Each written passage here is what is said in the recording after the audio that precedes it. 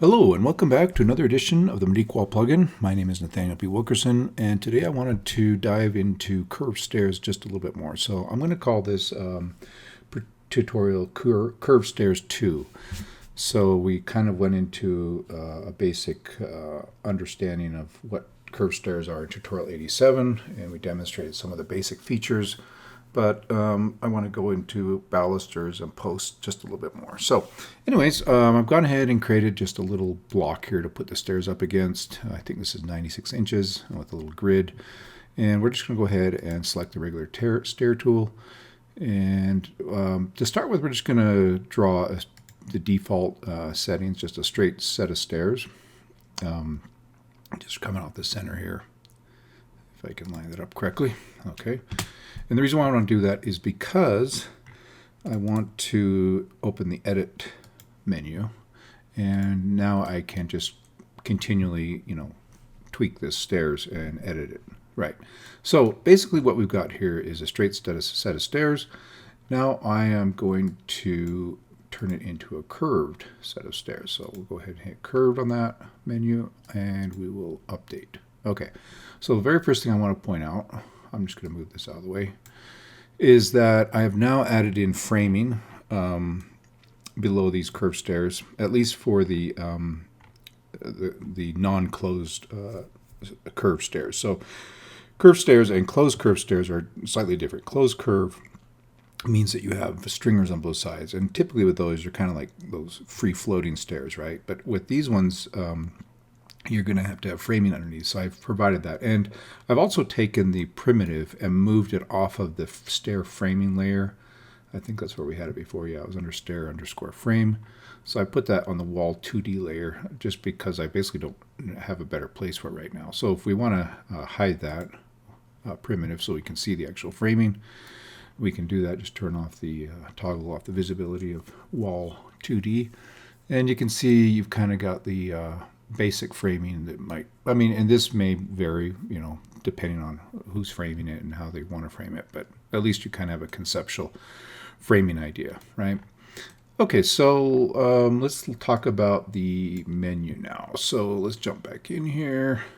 Now when you basically set it to stair type curved or closed curve, you can see you have that option there as well. You're gonna basically set up this menu here, or open up this menu, and this is the curved stair options menu. I think it has like 17 parameters now. It's kind of ballooned a little bit, unfortunately, but that's kind of the way it is. And I've actually split it into 3 different subsections. So you've got the your basic settings here, where you can set the eccentricity and all that direction of your stairs. Like for instance, we can go left or right, for instance. Let's put it back left for now. And then the next section deals specifically with handrails, and we're going to get into that. And then the next section after that deals specifically with the balusters. Okay, so and some of these, some of the baluster and some of the handrail settings, of course, are in the regular menus. But there are certain settings that require, because of the asymmetry of a curved stair versus the inside and the outside railings, that's why we have these additional menus. All right, so let's go ahead and turn on our advanced options. Hit update on that. Of course, nothing changes yet, but because we need to jump in here and enable a few things. So first things first, let's talk about open treads. Just like with the straight stairs, you have the ability to open these treads up, if they're overhanging, which in this case they're going to be, because we're going to have railings on both sides. But of course you can left or right, either side. And by the way, when you're talking about left, your left and your right is always looking up the staircase, right? So if you're looking up the staircase, your right hand side, or your left hand side, is going to be on this side over here, and then your right hand is over here. All right, so let's just go ahead and leave that at both for now. And then I'm also going to enable the cover, which is our carpet. I'm going to inset that carpet 6 inches in, and we'll go ahead and do that. And so now you can see we have carpet. We also have the landing tread option here. Let's go ahead and set that up as well. Just turn that to yes. And then we should have that being installed. Right. Okay. So that's, just additional features that I've recently added. But it's really not too complicated. And those settings are fairly straightforward. There's not, there's not a lot of fiddling, as I call it, with those.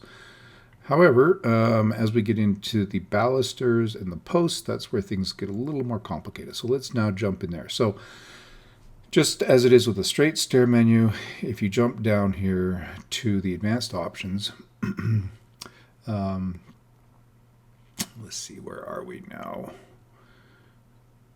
We basically want to turn on our... Okay, so basically we want to turn our handrails, right? So let's turn on our handrails. Okay, as soon as you enable handrails, you open up a whole slew of options. We're just going to go with the typical LJ610, and now you'll notice too that you have these preview images, which kind of makes things a little easier. I'm going to turn handrails on for both sides. I'm also going to set it to vertical right now because we're going to do some vertical posts, or post to post, I guess.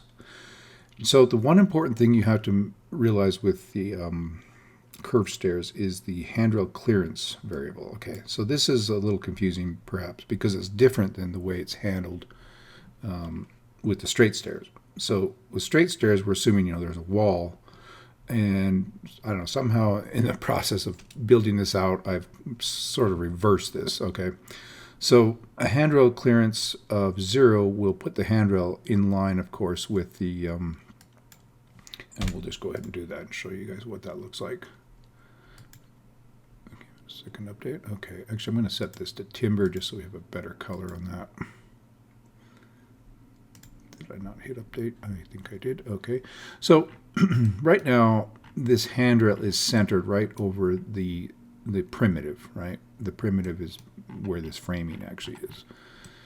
However, in situations like this, you're probably going to want to bump that over. And so we're going to use a negative clearance. Okay, that's going to inset us onto the stairs. All right. All right, so now the stair or handrail is over top of the stairs. So it's kind of hard to show that, but I'm going to see if I can go to the top view here somewhere. Yeah, right there. It's kind of hard because we're in the perspective mode, but you can kind of see it's landing over top of our stairs. So again, negative handrail clearance for insetting, and then a positive for outsetting. And now you're going to use the outsetting option probably if you're using a curved closed stairs with the stringers, but today we're not going to be demonstrating that, so we're just going to focus on this. All right, so that's kind of your handrails, pretty straightforward. The main thing is that clearance item. And if you start doing over the post fittings and all that, which we're not going to also get into today, you're going to be using the rail drops, and we will use some of these extensions. Okay. All right, so let's go ahead and talk about balusters now. So balusters get kind of fun. Right, so let's go down here into the handrail options, and we can see handrail balusters is turned off. We're going to go ahead and turn that on. I'm going to do some metal balusters. So I'm going to put 0.05, leave that baluster space alone. That actually is not going to have any impact at all because we have a curved stair as well as this offset value. So those will be handled in the specifically in the curved stair menu, submenu. Okay, so let's just go corrugated metal on that, and the rest of this we'll just leave for now, default. And you're going to see here what we end up with. Okay, so right off the bat, you're going to notice, okay, with all the default settings, we've got some, kind of bizarre things happening here. We've got too many balusters on the inside rail and not enough on the outside rail. So this is where it gets a little bit what I call fidgety or fiddly is the right word. Because you kind of have to play with some of these parameters to get them where you need them for a particular curved stair. So that's where we come into this menu right here, where we have the baluster submenu for curved stairs. So and you'll notice that there's an in and there's an out. Okay, so you can spend a little while, adjusting these numbers, trying to get them right. But you're going to notice right off the bat, I'm going to set this offset for the sake of time to what I already want it to be. And I've already kind of tested this with this particular set of stairs. So I'm going to set the inset or the offset and the offset for the out and the in at the same value. and you'll see what happens. Okay, so what that's doing, the offset in this case is not a lateral offset, it's actually a longitudinal offset. So it's pushing the first baluster a positive distance from the start point. And the start point for all the balusters is at the top. So if you want to go the other direction, you actually can. So you can put negative numbers in there or positive. It just so happens that 2.5 is kind of where I want to be. But now as we look at this outside baluster array, you can see that the spacing that we have is too great because we want 3 of these balusters to land on each tread. And you can see as we go down the run of stairs, we're slowly walking our way off the treads, right? So you can adjust that just for the outside, and it just so happens after some testing, 4.8 was the right number, or close enough at least for this purpose. And so you can see now that we're not walking off, and we've adjusted that. So again, that's just a matter of adjusting and iterating a few times until you get the right spacing so that it doesn't walk off the treads. All right, so now you can see we're missing 1, 2, 3, 4. So I'm going to bump this up, the quantity to 36. Okay, and that should put us about right. All right, so the same process again. We got to work on the inner radius. And in this case, I think 1.875 I think is what I had. And we'll hit the update on that. Okay, yeah, and that kind of gets me where I want to be. And then also, I think 24, yeah, we already had 24 in there, so that worked out perfectly. Okay, again, that's a little different than the straight stair segment railing, or balusters, sorry. And what I have here, this new variable, is this quantity. So you can adjust that, which I think is the better way to do it. So you basically, you start kind of with your offset, then you start with your spacing, and then you end with your quantity. And you kind of work through both sides that way, and then you end up nailing what you need for those balusters to land perfectly on those treads. Now, one word of caution, if this is a circular staircase, okay, then it's very regular. In other words, every tread is basically the same profile, the same plan. If we go to an elliptical staircase, that's not the case. And currently, I don't have a way of basically spacing every tread a little differently. So with elliptical staircases, yeah, it's not quite as clean, unfortunately. So I don't know, there may be some things I can do about that, but I'm still thinking about that one. All right, so let's now jump over to posts. So let's set up our posts. And let's see, where did we have that? We got to go back to the handrail section here. We're going to turn on handrail posts. Of course, that opens up a whole nother menu.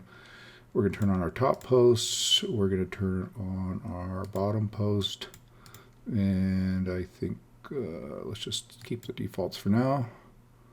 Give it a second to update. Now you can see that obviously our posts are not positioned where we want them to be. Right now it's right at the edge. I don't want that at the edge. So I am going to do a slight, what I call, let's go over here back up to this menu. Okay, so right here you can see that you can do what's called a handrail extension, right? And you can do that for both the inner and the outer rails, and you can do it for top and bottom. So top, I'm going to try just for just 1 inch is probably fine. Okay, I guess I should have zoomed out when I did that so you can see the handrail basically extends. Okay, and then same sort of thing here on the bottom. Obviously, I've got that running into that first step. Maybe I don't want that. Maybe I do. I don't know. But I don't want that. So I'm going to go ahead and jump that up to 2 inches extension. By the way, you can put negative numbers in here as well. And for over-the-post type handrails and fittings, you will probably use the negative settings more so than the positive. But let's just go ahead and update that. And you can see those posts now jump out ahead of that first step. All right, so you can see now that this is why we have these curved options here for handrails and for balusters, because of the asymmetry of the situation, you basically just have to have separate parameters for inside and outside rails. All right, but most of the other parameters, like for instance the height of the posts, I think with the post height or the bottom, I'm just going to go with say 44. All right, and let's leave the top. Let's see, where were we? I think, I don't know, we can go 41 maybe. That should do it. Kind of drop it down a little bit. It's a little too high. All right, that's good enough, at least for this demonstration purpose. So there you go. There's a fairly decently configured curved staircase with open treads and carpet and handrails on both sides with a vertical cut handrail and basically post to post posts there. So yeah, that's basically kind of what I wanted to show you guys today. I didn't want to make this video too long. We can get into all the other configurations, but just showing you that we have balusters, we've got handrails, we've got posts now enabled for these curved stairs. It gets quite complicated. As you can see, this menu really grows when you start enabling all these options. So there is a lot going on with these stairs. But the nice thing is, by the way, let's just turn on this baluster shoe, and I have not enabled a top baluster shoe for these handrails yet. I may do that, but right now we at least have the bottom one set up. But yeah, the nice thing is you can now turn around and save this. So because I mean, you go through a lot of work to set this up, right? So I'm going to save this as curve 3 and just save that stair preset. Okay. So I've done another preset. So I've saved a few others. If I go ahead and switches over to curve 2, I think I just switched just the left and right on it. It's pretty much the same thing. Oh, we gotta load it actually, sorry. Click load. And there you go. So that, yeah, I don't have to reconfigure anything. I've got it all kind of set up. That's the beauty of the preset system. So that's a preset saved curved stair assembly, right? All right, guys, if you have any other questions or comments or suggestions or perhaps even little bug fixes that need to be taken care of, give me a shout. I'm always available by email, and you can always reach me by phone. All right, we will talk to you later. Thanks so much.